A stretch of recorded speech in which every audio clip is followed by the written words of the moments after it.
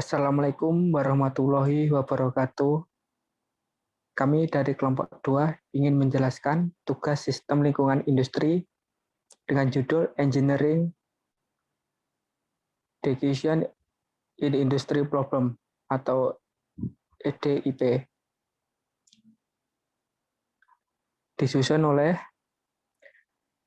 Nur Effendi Alamsyah dengan NIM 1853017, M. Husna Gusteres dengan NIM 1953022, Janriko Imam SP dengan NIM 1953002, Dimas Adi Setiawan dengan NIM 1953010, dan Anissa Minurir Laili dengan NIM 1953016.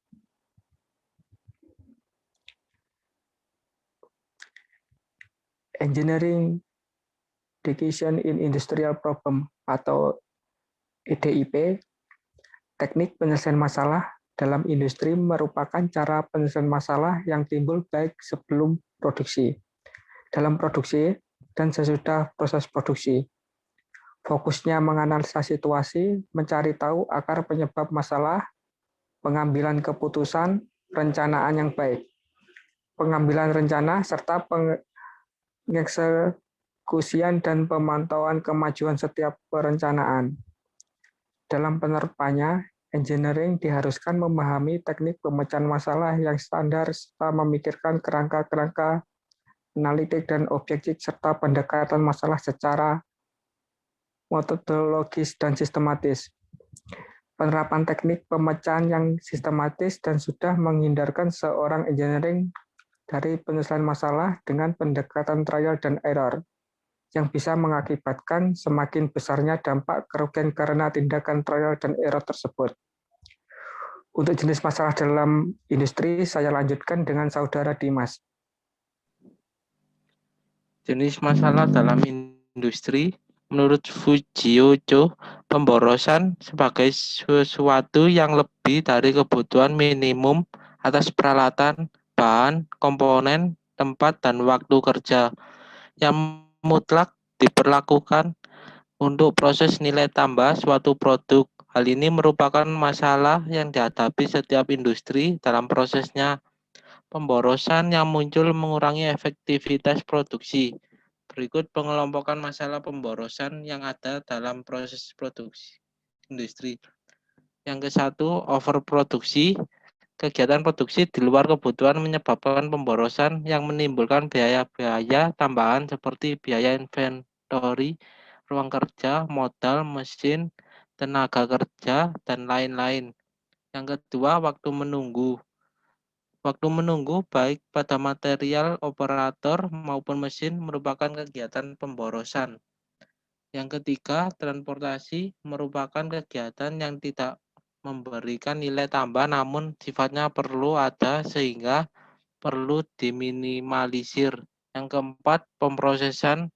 Proses produksi yang tergolong pemborosan adalah proses yang sebenarnya dapat dihilangkan yang biasanya terjadi karena kesalahan penyusunan metode kerja. Yang kelima, tingkat persediaan barang.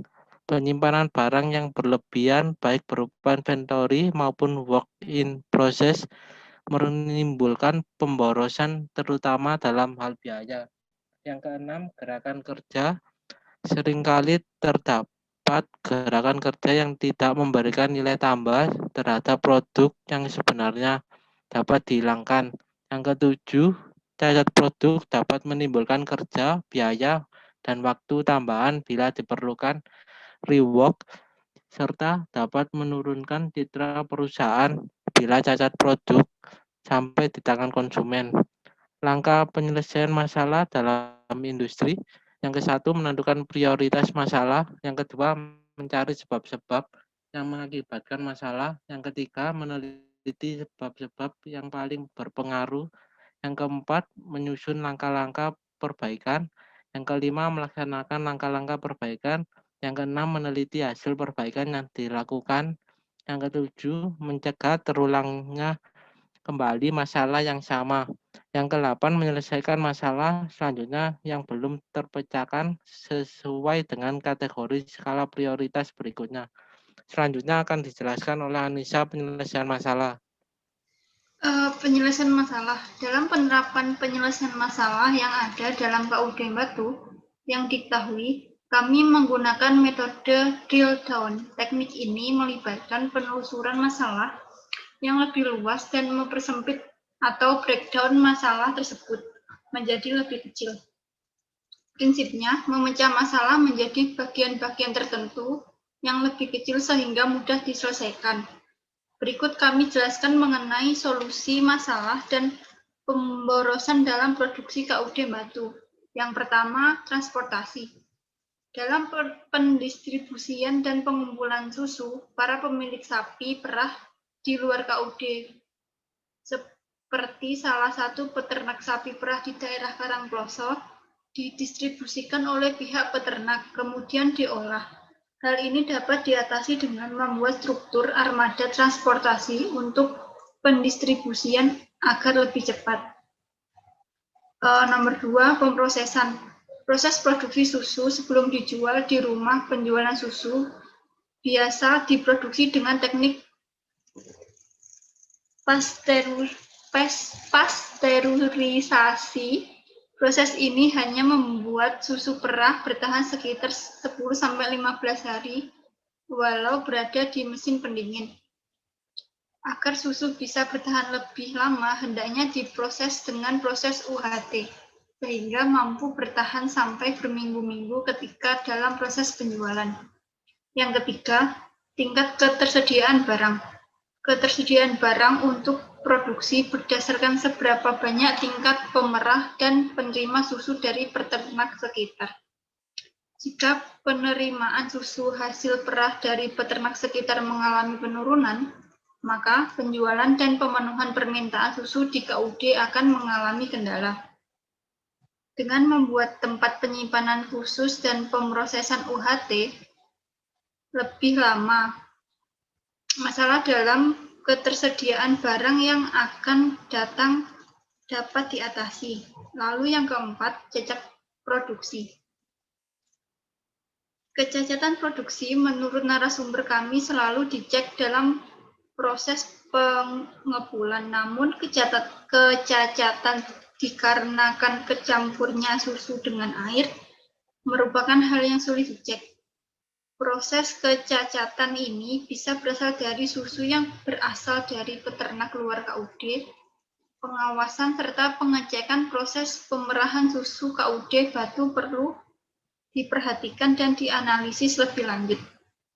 5. Gerakan kerja. Proses pemerahan menurut narasumber kami masih manual di peternak anggota KUD Batu. Proses ini membebankan pada beban kerja pemerah sehingga proses pemerah tergantung seberapa cepat pemerah menyelesaikannya. Sehingga proses pemerahan akan lebih lama. Solusinya, untuk anggota KUD Batu dengan pengenalan dan pelatihan anggota KUD Batu untuk menggunakan alat perah susu sapi yang tidak membebankan pemerah. Namun, solusi ini harus dipertimbangkan juga mengenai dana yang diperlukan untuk memiliki alat perah susu. Yang keenam, overproduksi. Pada awal pemerah susu, perah pertama tidak boleh dicampur dengan susu perah selanjutnya. Hal ini dikarenakan untuk mencegah bakteri-bakteri berkembang ke susu lain. Kelebihan proses produksi ini sebaiknya dikumpulkan dan diproses menjadi pupuk bagi tanaman sekitar KUD Batu. Lalu selanjutnya ada materi EIA yang akan dijelaskan oleh Jendriko dan Guterres. Baik, saya akan melanjutkan yang kedua, EIA Impact Assessment.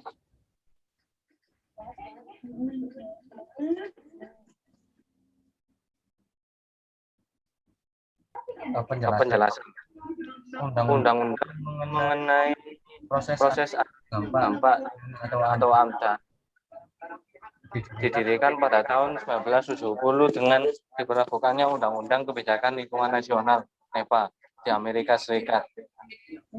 Ini pertama kalinya proses AMDAL menjadi alat resmi untuk melindungi lingkungan. 3 istilah penting saat memenuhi persyaratan proses NEPA adalah inventaris, terintegrasi, proses penilaian dampak terintegrasi, dan pernyataan dampak terintegrasi. EIAS didesain dan dikonstruksi secara terstruktur dilakukan untuk melindungi lingkungan ketika tahun 1950 di Jepang, Eropa, dan Amerika Utara. Tujuan dari proses EIA adalah untuk mendorong pertimbangan integrasi dalam perencanaan organisasi dan proses pengambilan keputusan. Lingkungan yang digabungkan dengan manajemen kualitas (IKM) adalah pendekatan manajerial konstruksi yang rumit yang menjadi wilayah penelitian yang ditargetkan untuk mencapai peningkatan dan keberlanjutan sosial ekonomi berdasarkan pendekatan triple bottom line. Ekonomi, sosial, dan lingkungan yang terintegrasi sepatutnya sebagai studi kelayakan. Berdasarkan penjelasan di atas, AMDAL diharuskan untuk kelayakan produksi sesuai undang-undang dan juga peraturan pemerintah, serta untuk menjaga lingkungan dari suatu operasi proyek, kegiatan industri, atau juga kegiatan lainnya yang dapat menyebabkan terjadinya kerusakan lingkungan. Data lingkungan UD Batu yang diketahui. Berdasarkan data yang didapat dari lingkungan produksi bahwa pada proses produksi dampak lingkungan AMDAL, limbah berupa air sisa proses produksi, pengolahan susu sapi dan tidak memiliki kandungan zat kimia yang berbahaya bagi lingkungan sekitarnya. Selain itu, lingkungan produksi asri karena adanya tanaman-tanaman yang mengisi lahan kosong dan kegiatan pembersihan selalu dilakukan oleh bagian kebersihan UD Batu. Penerapan AMDAL. Semua mensyaratkan pembentukan sistem pengelolaan lingkungan standar yang harus memperhatikan prinsip-prinsip pembangunan berkelanjutan. Secara global, sebagian besar negara mematuhi beberapa perjanjian lingkungan multilateral untuk melindungi planet ini, serupa di negara lain. Kemudian akan ada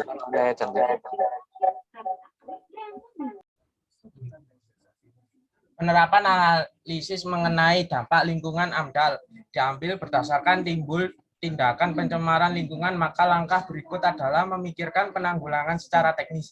Banyak macam dari dan cara yang dapat ditempuh dalam menanggulangi secara teknis.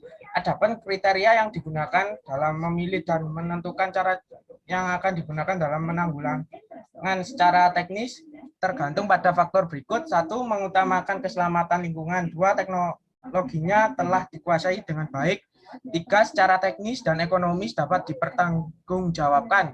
Isi dalam laporan AMDAL juga harus mencangkup beberapa faktor berikut. 1. Membahas proposal dan kaitannya dengan kebijakan, undang-undang, dan program terkait sektoral dan regional. 2. Deskripsi keadaan lingkungan saat ini, dasar analisis keadaan awal. 3. Penilaian dampak evaluasi dan perbandingan alternatif pengelolaan. 4. Dampak dan rencana pemantauan lingkungan atau EMP. Berdasarkan faktor yang dibutuhkan di atas, maka penerapan AMDAL yang bisa dilakukan harus berdasarkan Peraturan Pemerintah Republik Indonesia Nomor 27 Tahun 1999 tentang analisis mengenai dampak lingkungan hidup, Pasal 3, bahwa mengembangkan dan eksploitasi yang menghasilkan pemborosan limbah dan kemerosotan sumber daya harus diproses dan melestarikan lingkungan baik hayati dan non-hayati. Selain itu, penerapan teknologi dalam pelestarian dan proses produksi digunakan sesuai dengan kebutuhan produksi.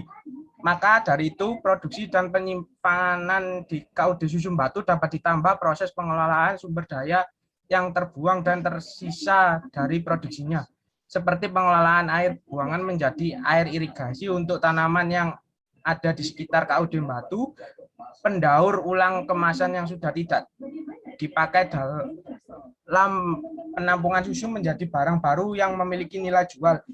Sisa-sisa produksi dan bahan organik bisa diolah menjadi pupuk bagi tanaman di sekitar dan lain-lain.